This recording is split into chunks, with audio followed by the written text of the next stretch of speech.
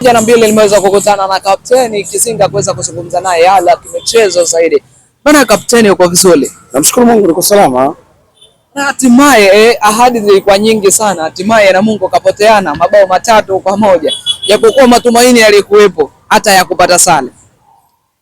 Kwa hiyo tunamshukuru Mungu kwa kutujalia sisi kupata alama 3 kwenye mchezo wa jana, lakini pia kurudi kileleni, sehemu yetu muhimu, sehemu ambayo ni sehemu yetu ya kujidai, ambao tumekaa kwa muda mrefu sana. Kwa hiyo tunashukuru Mungu tumepata alama 3, magoli 3, lakini sio tu alama 3, magoli 3. Alama 3, lakini pia na Alan Okello amefunga goli. Moja kati ya kitu ambacho ulikuwa unasisitiza siku ya jana, ulikuwa unawasisitiza wana Yanga wawe makini sana na wale watu wenu wale bana. Jambo lilitendeka.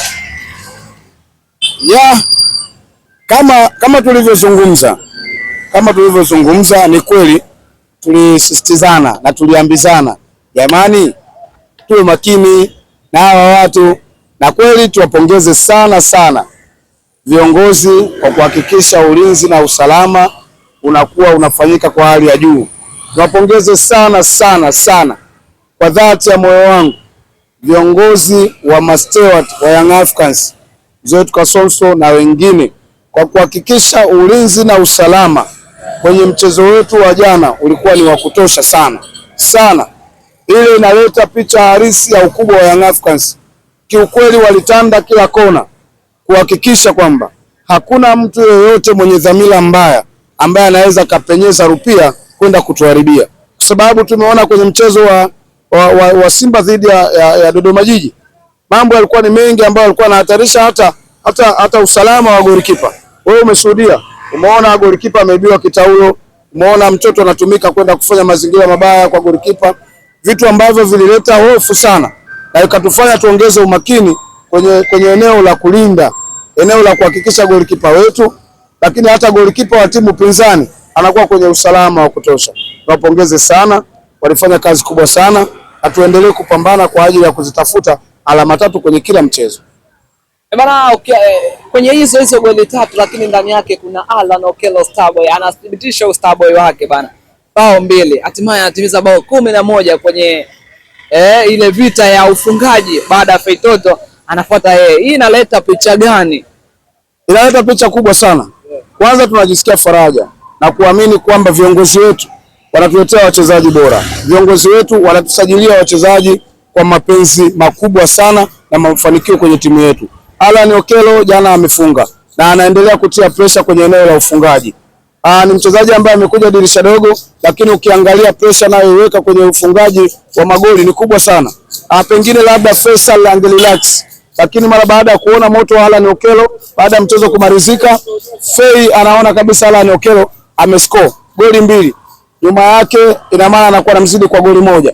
Lakini naye akaongeza juhudi kwenye kupambana, akaja akascore goli 2. Tofauti sasa imekuwa ni goli 11 kwa 14. Kwa vita ni kubwa. Tunashukuru kwa tunasema aliyemleta Alan Okello kwenye timu yetu ya Young Africans, Mwenyezi Mungu amlinde, ambariki, amwepushe na wale wenye roho mbaya, husuda, chuki na uchawi.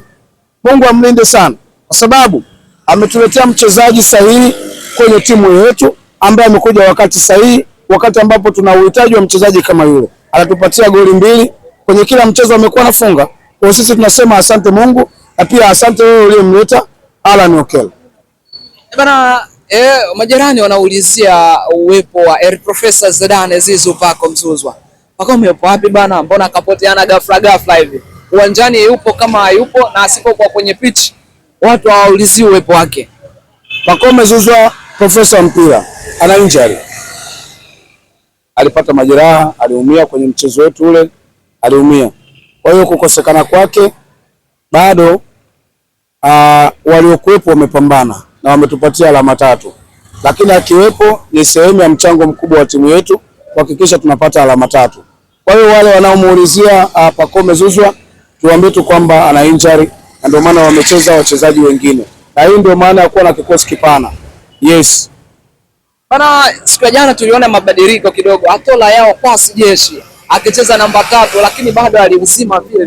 Pengine Yanga tuseme ina kikosi kipana. na ndio maana ya kuwa na kikosi kipana. Ukimwangalia Tora Kwasi yao ni mchezaji ambaye anaweza akacheza namba 3, anaweza akacheza namba 2. Lakini Zia Patrick Mwenda anaweza akacheza namba 3, anaweza akacheza namba 2. Anaweza akacheza winga kama ulimuona alicheza winga. Sio, umeelewa? Yes. Kwa hiyo usishangae ni namna ambavyo watu wamejaliwa vipaji. Kwa hiyo unaona Mohamed Hussein bado ana injury, Boka, lakini sasa unaona mwalimu anaona kuna namna aweze kumtumia Tora Kwasi yao na uwezo kuona amefiti vizuri sana. Hii ndio maana halisi ya kuwa na kikosi kipana. Lakini tunajivunia kuwa na wachezaji ambao wana uwezo wa kucheza namba tofauti tofauti.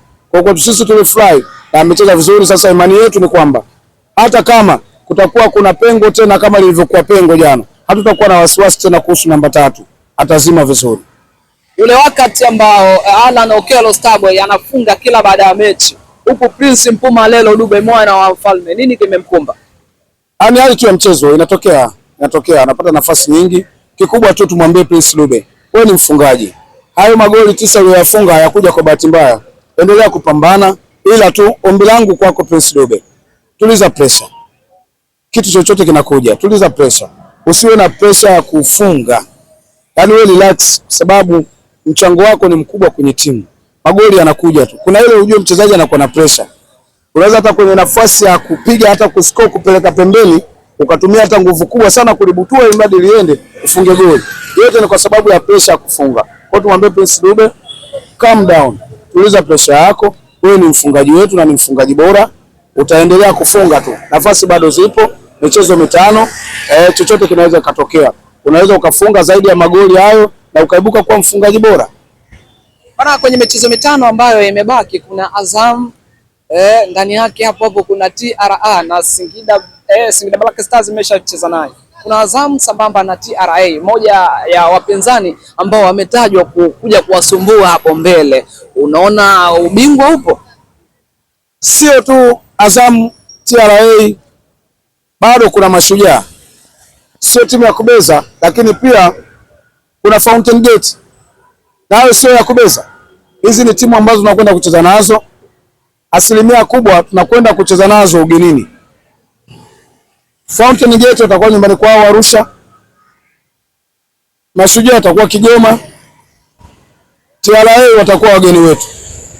Kwa hiyo ni mechi ambayo zitakuwa ni ngumu. Hatuwezi kusema ni mechi nyepesi. Kwa hiyo lazima tukubali kwamba vita bado ipo. Kila mchezo kwetu ni finali. Kila mchezo kwetu ni vita. Kwa hiyo lazima tuongeze nguvu, tupambane. Mimi naamini kila mechi tutakayokuwa tunakutana nayo ni juhudi tu ya kupambana kuhakikisha tunashinda kila mchezo. Hatimaye kuibuka kuwa bingwa. Kana tunakwenda sasa hivi international break, baada ya kurejea ligi itaendelea. Mapumziko mafupi sana, injury Yanga zinawakumba. Pengine tutaraji kitu chochote, mabadiliko yoyote baada ya kutoka international break? Kwenda break kwanza kutatuimarisha pia, sababu kama tunakumbuka tulienda FIFA series, tulivyorudi tukaimarika zaidi na ilikuwa wachezaji wanafatiki wana nini, lakini tumerudi tuko imara, tunaendeleza pale tulipoishia. Kwa hiyo niwaambie tu kwamba wachezaji pia watajipanga, wataendelea kuwa imara, wataendelea kuwa sawa, wataendelea kujituma, wataendelea kujifua, tutarudi tukiwa imara zaidi. Mungu awalinde, awaepushe na injuries za hapa na pale kwenye michezo ya kirafiki ya mataifa yao kwa wale ambao watakuwa wameitwa. Unaona bwana? Kwa hiyo tutaendelea kupambana. Mimi naamini ligi ikipinduka tutakuwa tayari nguvu mpya imekuja. Naamini itakuwa ni sehemu pia ya matawi mengi ya Young Africans kujipanga kuhakikisha tunajiimarisha na kujiandaa na mechi zinazokuja. Tumeshakubaliana kwamba kila mchezo kwetu ni finali na itakuwa finali kweli. Bana, tumesharudi international break, kutakuwa na muendelezo wa mashindano yale ya CRDB Federation Cup. Dar es Salaam Young Africans zidi ya Azam anaenda kukutana naye mara 2. Huko Simba Sports anaenda kukutana na Coastal Union. Young Africans mnaenda kukutana na Azam, wale ambao mtaenda kukutana nao NBC Premier League. Ni football. Lazima iwe hivyo. Hakuna aliyetarajia kama Young Africans katika msimu huu angekutana na Simba takriban mara 3. Kitu ambacho hakuna aliyekuwa anatarajia. Lakini ni mchezo. Na sio tu mara 3. Tunaweza tukakutana naye hata mara 4 kama Mungu atajalia wao kuja finali na sisi kwenda finali. Tunaweza tukakutana. Ni football. Chochote kinaweza kutokea. Tunakutana na Azam, Mechi ya kwanza tulitoka sare, mechi ya pili kwenye michuano ya Muungano tukawafunga. Tunakwenda kucheza nao kwenye michuano ya CRDB Federation. Hatujui, chochote kinaweza kikatokea. Tunaweza tukawafunga, tukapata sare, chochote, hata wao wanaweza wakapata matokeo. Ni football. Lazima tukubali, anayekuja mbele yetu ni mpinzani wetu. Ni vita, lazima tuende tukapambane. Na tumeshazungumza na tumesema ukweli kwamba Azam FC kama endapo tukimfunga, basi tutaendelea kuwa salama kwenye eneo la kutetea ubingwa wetu wa CRDB Federation. Lakini kama akituondoa, basi matumaini ya kulitetea taji letu la CRDB Federation yatakuwa yameishia pale. Kwa lazima wana Yanga kupitia matawi na viongozi pamoja na wachezaji, nguvu kubwa itumike, maandalizi makubwa yatumike kwa ajili ya kwenda kupambana na Azam FC. Kwa lazima tufanye hivyo. Lakini pia vile vile hata kwenye mchezo wa ligi bado lazima tuendelee kupambana, kwa sababu kama tutashinda michezo mingine, tukikutana na Azam kama akitugomea, akitufunga, maana yake nini? Ina maana hata mbio za ubingwa zimekuwa zimekatika, au labda safari ya kuchukua kutetea taji letu la CRDB NBC pengine zinaweza zikawa ndoto zetu zimeishia pale. Kwa lazima tupambane kuhakikisha michezo yote miwili tunakutana na Azam FC tunapata matokeo. Hatuhitaji kupata sare wala kupoteza. Matokeo yetu ni aina moja tu ya kushinda, na kila mchezo ulioko mbele yetu kwa sasa ni mchezo wa matokeo ya kushinda tu basi. Asante sana.